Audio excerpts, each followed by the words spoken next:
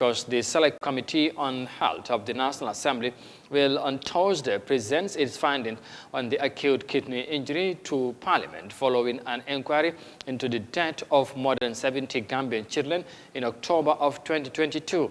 Now, as that much anticipated report is about to be unveiled, our Mafuji Sise has been looking back at the events that happened at the peak of the pandemic and what the ramifications could be for the state officials who may be found wanting in one way or the other.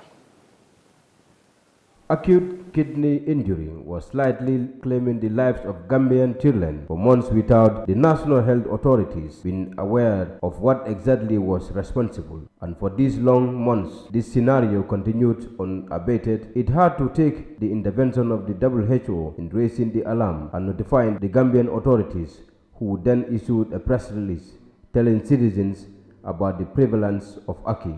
Mounting media and public pressure finally led government through the health ministry to promise to establish a commission of inquiry to look into the issue. The commission has not been heard of since. However, the National Assembly, outraged by the many lost lives, tasked its own select committee on health to carry out a thorough probe into the Aki deaths and report back to the august body. That committee now presents its findings on Thursday. Back in October, during the third extraordinary sessions of the National Assembly in Banjul, Dr. Ahmadu Lamin Samate affirmed that toxic drugs were responsible for the deaths, but was quick to add that other causes such as severe diarrhea and vomiting, bacterial infections, and complicated malaria are also possible causes of Aki.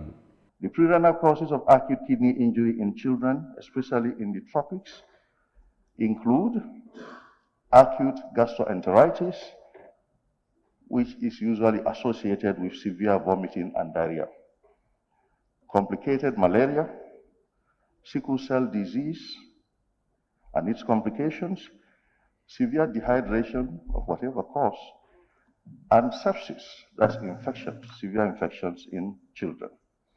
A press conference called by the Health Promotion Directorate of the Ministry of Health, the Medicine Control Agency, and the WHO rebutted claims that the Aki deaths were solely caused by medicines manufactured by an Indian company. They argue that some children died without drinking the said medicine, while others also died after consuming the Indian medication.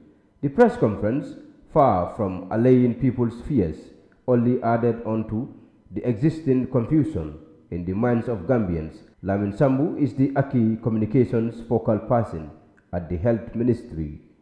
Good number of kids died, they didn't take any medication. Also, a good number of kids died. The medication they took, we have tested them and they are okay. As Gambians try to make sense of what was perhaps one of the worst health calamities in the recent times, the Honorable Khalifa Sallah called a press conference of his own where Aki featured prominently. Khalifa Sallah stated at that press conference that the deaths could have been avoided if the government had shown responsibility. The doctors who discovered the linkage between the kidney injury and the syrup must be given due regard. One thing that is clear is the neglect of public sector doctors. He further suggested establishing a rigorous quality control mechanism for all pharmaceutical products coming into the country.